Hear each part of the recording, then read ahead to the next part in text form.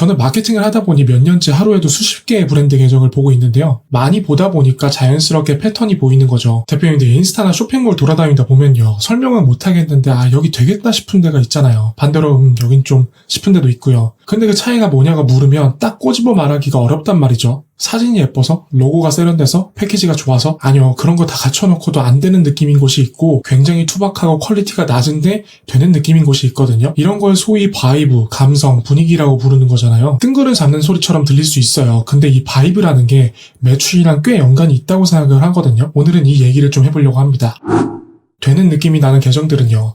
본인들이 하고 있는 일에 대한 확신과 에너지가 확 느껴지는 곳이 많아요. 본인들이 여기에 진심이다, 열정이 있다라는 게 컨텐츠를 통해서 그대로 전달이 됩니다. 유튜버 광장님이 하신 말씀 중에 이런 게 있어요. 유튜버가 감탄한 만큼 보는 사람도 감탄한다. 이게 뭐냐면 영화 리뷰 컨텐츠를 본다고 해볼게요. 내가 그 영화를 볼 때는 별 느낌이 없이 지나갔던 장면이거든요. 근데 리뷰 유튜버가 이 장면이 진짜 심오하고 하이라이트였다 라고 하면서 막 강조를 하면 희한하게 나도 거기에 물들어서 그 장면이 다시 보여요. 나는 별거 아니라고 생각해 그 의미 없다고 생각한 건데 누가 의미를 부여하고 중요하다고 하는 순간 나도 그게 중요해 보인다고요. 제가 감탄하면 상대방도 감탄하고 제가 확신하면 상대방도 확신합니다. 말하는 사람의 에너지가 듣는 사람한테 그대로 옮겨져요. 이게 되는 느낌의 정체거든요. 대표가 자기 브랜드에 대한 확신을 가지고 있으면 그게 컨텐츠를 통해 전달이 돼요. 여기 되겠다가 느껴지는 건데 반대로 확신이 없으면 그것도 배어나와요. 톤이 어중간하고 말에 힘이 없고 뭘 사라는 건지 애매해지거든요. 보는 사람은 그걸 본능적으로 느낀다고 생각을 합니다. 딱 계정을 봤을 때 홈페이지에 들어왔을 때 뭔가 해보려고 하고 자기만의 무언가를 펼치려고 하는 브랜드구나 라는 것과 그냥 돈 벌려고 하는 보세구나 라는 게 딱 보면 구분이 되잖아요. 그리고 하나 더 말씀드리고 싶은 게요. 사람들은 유튜브나 SNS를 하는 것만으로 뭔가 전문성이 있는 사람이라고 생각하는 경향이 있어요. 유튜브에서든 인스타에서든 심지어 그냥 댓글에서든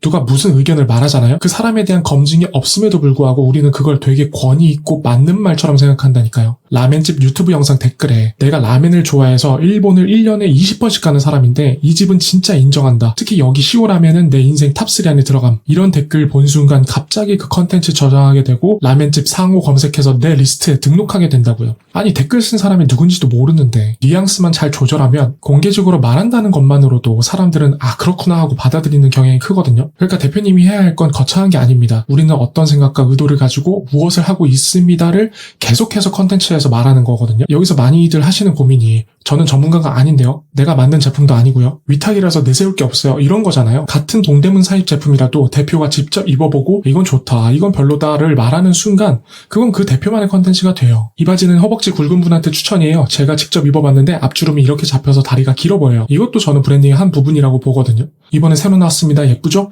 이건 브랜딩이 아니에요. 그냥 고지예요. 제품이나 정보 자체가 브랜딩이 아닙니다. 판단 기준, 고르는 기준, 나의 생각을 보여주는 게 브랜딩이에요. 대표가 어떤 눈으로 골랐는지, 왜 이걸 골랐는지, 직접 써보니까 어땠는지 이 과정을 보여주는 것 자체가 차별하고 이게 쌓이면 여기는 저 사람이 골라주니까 믿고 사도 되겠다가 되는 거거든요. 대표의 기준이 보이면 그게 브랜드입니다.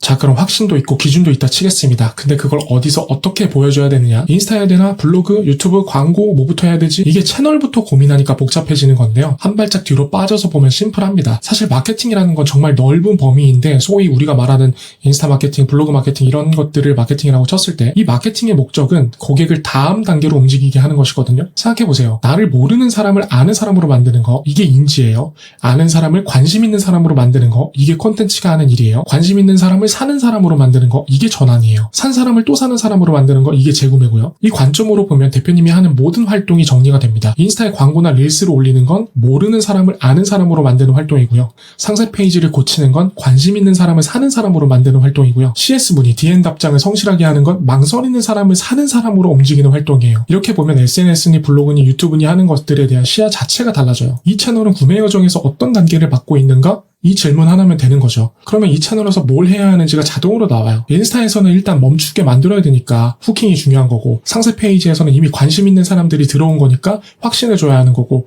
CS 응대에서는 이미 산 사람이니까 재구매로 이어지게 감동을 줘야 되는 거고, 핵심은 채널이 뭐냐가 아니라 고객이 지금 어느 단계에 있느냐입니다. 자, 확신, 기준, 구조 이 세 개가 바이브의 뿌리라고 할 수 있어요. 근데 이걸 실제 컨텐츠에 녹여내서 노출을 해야겠죠. 이때 기술적으로 중요한 게 몇 가지가 있어요. 첫 번째, 이미지와 글을 하나로 보셔야 돼요. 많은 대표님들이 사진 따로 글 따로 생각을 하세요. 근데 요즘 카드 뉴스든 쇼폼 영상이든 썸네일이든 화면 이미지와 문구를 같이 쓴단 말이죠. 왜냐? 내가 전달하려는 메시지를 쉽고 편하게 보여줄 수 있으니까요. 글만 있다? 시각적인 게 없으니까 이해도가 떨어지죠. 그림만 있다? 정확하게 뭔지 파악이 어려워져요. 글과 사진이 합쳐지면 그 미묘한 연상과 뉘앙스를 표현할 수 있게 되거든요. 그걸 잘하는 게 진짜 고수고요. 근데 이거에 대한 이해도 없이 그냥 남들이 하니까 따라하는 분들이 많거든요. 사진과 글이 따로 놀면 안 됩니다. 글이 이미지를 보완하고 이미지가 글을 설명하고 둘이 합쳐져서 보는 순간 생각 안 하고 이해가 가야 돼요. 보는 사람이 생각을 하게끔 하면 안 된다. 이게 최근 온라인 컨텐츠의 제 1원칙이에요. 침대에 누워서 카페에서 엘리베이터 기다리면서 시간 때우는 용도로 SNS를 보는 건데 조금이라도 에너지를 써야 된다 싶으면 바로 스킵해버리거든요. 이미 사람들은 정말 많은 컨텐츠를 소비해 왔기 때문에 뇌가 이미 피로하거든요. 이미지랑 글이 한 덩어리로 들어와서 보자마자 이해가 돼야 됩니다. 두 번째, 자세함과 간결함 사이에 균형을 맞추는 일이에요. 이게 진짜 어려운 건데요. 자세하고 친절하게 쓰면 초보 고객한테는 좋아요. 근데 자세하고 친절해지면 글이 길어지고 장황해지고 결과적으로 간지가 떨어져요. 반대로 맥락을 포함해서 짧게 던지면 간지는 올라가는데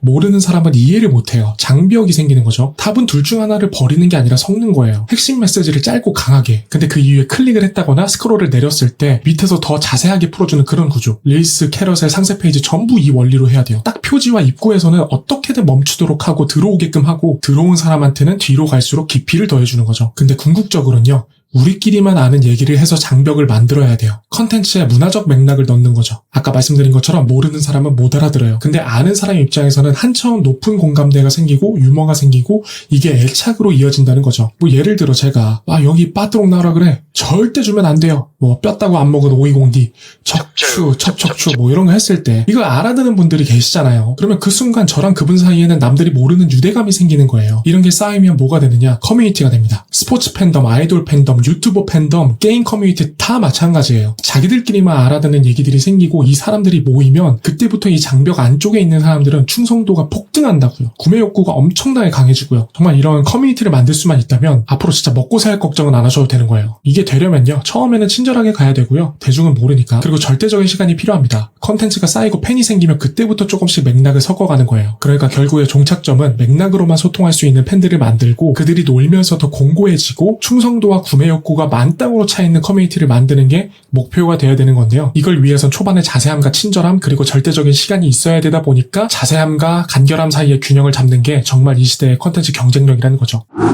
근데 또 말씀드리고 싶은 게 바이브를 막 억지로 만들려고 하지 마세요. 그냥 내 식대로 쭉 하다 보면 그게 바이브거든요. 조총쿠가 진짜 열풍이었잖아요. 근데 지금 슬슬 재고 남는 곳들이 보이기 시작하죠. 제가 있는 동네도 예전에는 낮 12시만 돼도 배달하는 곳들 다 품절이었는데 요즘은 5시, 6시에 봐도 재고가 있더라고요. 근데 정말 여기저기서 두쫑쿠를 팔고 있지만 그 두쫑쿠조차도 시키고 싶은 곳이 따로 있다라는 거예요. 원래부터 맛있는 디저트 만들던 곳, 다른 빵을 시켜도 맛있을 것 같고 포장도 예쁠 것 같고 남들이 다 판다니까 따라가는 느낌이 아니라 이 가게가 두쫑쿠를 이끌어가는 느낌? 재료도 되게 좋은 거 쓸 것 같고 제조 과정도 제대로 할 것 같은 그런 곳. 반대로 안 시키게 되는 곳은요. 그냥 인기라니까 따라서 파는 느낌. 뭐 카다이프도 좀 오래되고 질 낮은 거 쓸 것 같고 내가 원했던 그 최신식의 두쫑쿠 맛을 구현하지 못할 것 같은 곳? 그러니까 이 차이가 뭐냐면요. 그 분위기는 하루아침에 쌓인 게 아니라 애초에 갖고 있던 거예요. 그 가게가 원래부터 디저트를 진심으로 대해왔기 때문에 두쫑쿠를 팔아도 여기는 되겠다가 느껴지는 거죠. 이게 바이브예요. 억지로 만드는 게 아니라 원래 있던 게 배어 나오는 겁니다. 그래서 그런 척 하는 거는 안 먹혀요. 가짜로는 한계가 있습니다. 몇 개월은 할 수 있겠죠. 근데 2년, 3년, 5년, 10년을 어떻게 구라를 치냐고요. 못합니다. 내가 싫어하는 거 관심 없는 걸로는 오래 못 가요. 그리고 그게 분명 티가 납니다. 반대로 진짜 좋아서 진짜 잘 알아서 하는 거는요. 그 알 수 없는 분위기 속에 배어 나와요. 좋아하고 오래 한 사람은 나만의 방식이 분명히 있잖아요. 근데 문제가 있어요. 오프라인이면 그래도 오다 가다 지나가면서 볼 수라도 있잖아요. 정말 오랫동안 그 자리를 지키고 있는 동네 세탁소라든지 동네 식당이라든지 뭐 특별히 한 게 아니에요. 그냥 자기 걸 계속 해온 거죠. 뭘 대단하게 했다기보다는 나의 것을 계속 쌓아왔던 거죠. 그것만큼 좋은 브랜딩이 어딨어요. 그냥 어느 순간 와 여기 그러고 보니까 진짜 오래 했다. 요즘에 자영업 1년 버티는 것도 쉽지 않다는데 여기는 다른 곳 다 망해도 그대로네. 이런 생각이 드는 거잖아요. 근데 온라인에 있는 쇼핑몰은 그걸 어떻게 아냐는 거죠. 컨텐츠를 쌓아놓는 수밖에 없습니다. 어떤 유튜브 채널을 들어가 봐요. 나는 처음 처음 들어온 거죠. 근데 영상마다 올라온 텀이 길지 않은데 옛날 영상들이 막 7년 전, 9년 전 이래요. 그거 보는 순간 여기 정말 열심히 했구나. 이 한 길만 판 사람이구나. 이런 생각이 들면서 영상 하나쯤은 클릭해보게 된다고요. 희한하게 그런 걸 보면 품질이나 전문성도 좋을 것 같다라는 생각까지 든다고요. 딱 봤을 때 새롭고 트렌디하고 힙하고 세련되고 모던하고 좋은 미감으로 이렇게 보는 순간부터 여기 분위기 되게 좋다. 이런 느낌을 못 내겠다는 분들에게는 이게 또 다른 방식으로 되는 느낌을 만들어내는 방법이라고 생각하거든요. 그러니까 누군가 대표님이나 대표님 브랜드를 딱 발견했을 때 줄 수 있는 딱 봤을 때 신선하다. 요거랑은 또 다른 결의 되는 느낌인 거죠. 그래서 저는 더더욱 진정성이 중요해지는 것 같아요. 어떤 분들은 진정성이 뭐가 중요하냐? 너가 최근에 물건을 샀을 때를 생각을 해봐라. 너가 그 진정성을 보고서 설득이 돼서 샀냐? 라고 하시는 분들이 분명히 계세요. 당연히 모든 물건이 그럴 수는 없을 거예요. 저가녀일수록 더 그러시겠죠? 처음 쿠팡에서 봤다면 아니겠지만 처음 인스타에서 봤다면 어떤 댓글로 인해서 알게 됐다면 누군가 쓰고 있는 걸로 봤다면 진정성이 담긴 물건이면 더 사는데 마음이 갔던 건 맞는 것 같아요. 그리고 애초에 진정성을 담아낸다고 해서 손해볼 건 없잖아요. 브랜딩의 관점으로 봤을 때도요. 가짜로는 한계가 있고 진짜는 시간이 쌓일수록 더 강해지니까요. 제가 요즘 진정성의 중요성에 대해 더 생각하게 된 게요. 최근에 AI로 만든 유튜브 계정들 수익 정지 다 당하고 있잖아요. 네이버도 플레이스, 블로그, 카페 할 거 없이 AI나 작업한 것들 가짜 리뷰 다 날리고 있고요. 블로그 상위 노출 예전에는 어땠어요? 사진 몇 장 넣어야 된다. 글자 수는 몇 자로 해야 된다. 키워드는 몇 번 넣어야 된다. 이런 공식으로 접근했었잖아요. 근데 지금은 이 블로그 글이 진짜 보는 사람에게 도움이 되는지, 전문성이 있는지, AI가 쓴 건 아닌지를 판단해서 노출시켜주잖아요. 요즘 유튜브 보면은 네이버 로직이 바뀌었다, 난리 났다, 긴급 대책, 대응 방법 이러고 있는데 근데 애초에 편법을 안 쓰고 진정성 있게 접근을 했다면 로직이 바뀌든 가라 작업을 날린든 그게 나랑 무슨 상관이냐고요. 관심도 없죠. 앞으로도 로직은 계속 바뀔 거예요. 근데 난 그냥 묵묵히 내 할 거 하면 그런 거 신경 안 쓰셔도 됩니다. 중용에 이런 구절이 있어요. 영화 영린에서도 나왔었죠. 작은 일도 무시하지 않고 최선을 다해야 된다. 작은 일에도 최선을 다하면 정성스럽게 된다.